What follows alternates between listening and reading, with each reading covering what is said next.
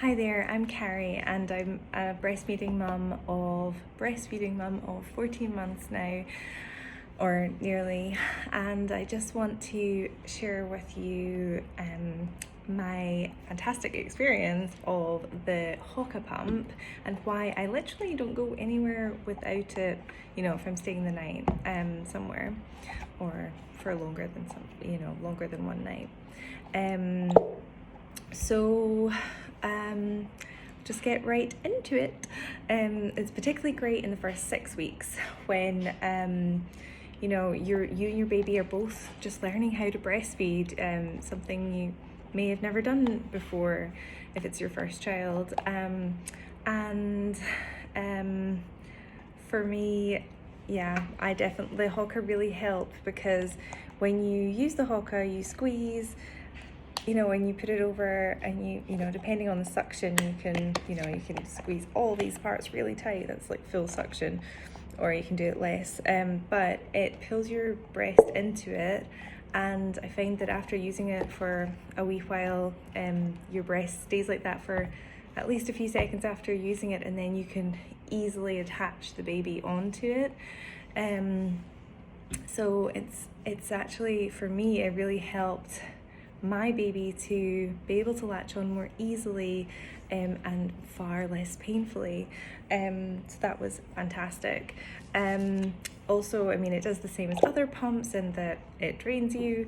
You can also you can attach it to the breast that you're not breastfeeding on, and then collect all the milk in a much better way than, I found it was much better than, those, are they guards or shields, the ones that, you just put in your bra and it collects the milk. And it also can help to stimulate letdown and increase your supply, by so once it's attached, if you go like that, that kind of mimics the baby's way that they stimulate your letdown by, so doing that it works in a similar way. Just so you know, like, how to use it once it's on, you kind of go like that, or it's sort of like that. You kind of do to breastfeed, and it just seems way more like a really natural way to have a pump. Just don't want to forget anything, so just reading my notes. So the biggest thing for me was using this for mastitis, or to prevent blocked ducts, to treat blocked ducts. So I tried everything, or I tried a lot of the things, everything I could find on the websites and fact sheets and things, and nothing was working for me for my blocked duct. So I saw a YouTube video that said Epsom salts with lukewarm water, and this can actually restore, basically clear the block, and that's exactly what happened for me when I tried it. I used menthol and eucalyptus Epsom salts, but from Californian Whole Foods, but I'm sure you can use other ones, just not peppermint. Some people say it can reduce your supply. I don't know if that's externally or internally, but either way, best not to chance it. Well, that's what I would thought anyway, but up to you.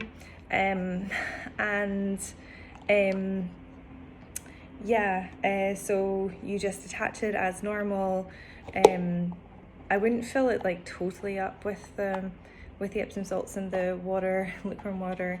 Attach it on, and then milk as normal. I think it took it's hard to tell, because when you have blocked ducts or mastitis, your brain's not quite with it, and also in the early stages, I've had it through blocked ducts many times now, throughout the whole breastfeeding journey. I think the last one was at 12 months, 12 and a half months maybe, but basically I think it takes between maybe half an hour to 2 hours to unclog it using that method. And just once you use it, I would recommend doing it a few times, but once it has unclogged, and you'll see, because there'll be milk in there, and there'll possibly be like little bits, but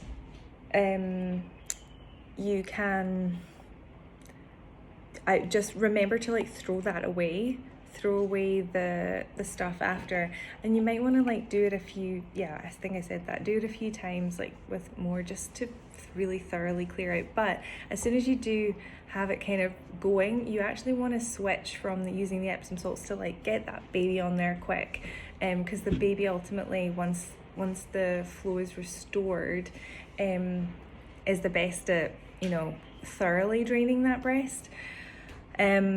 So yeah, but just do not keep the Epsom salt milk, the milk that's collected with the Epsom salt stuff, to give to your baby. That would not be good. I'm sure you wouldn't. But just discard that, and ideally wash it as soon as possible. And on the, actually, before I talk about the washing, just on mastitis in general, just a few things.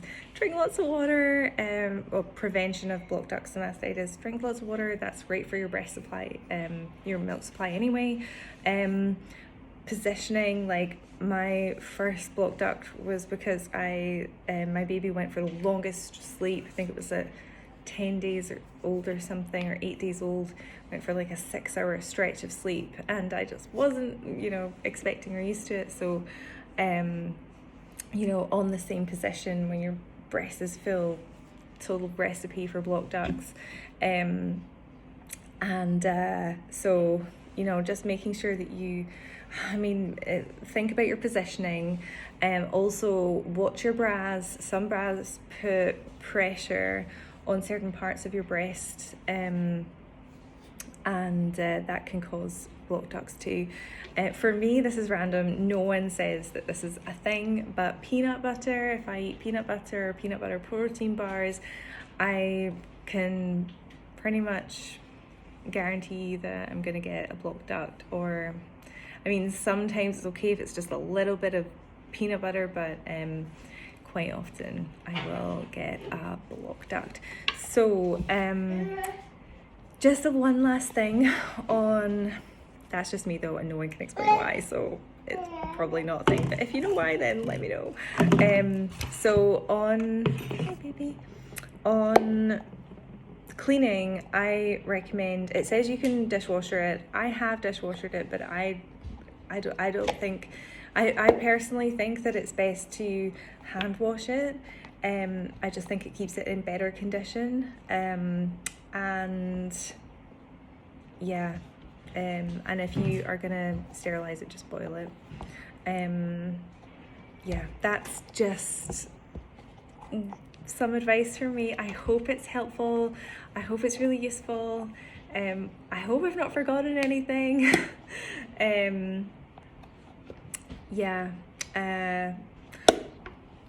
I hope it helps. Thanks.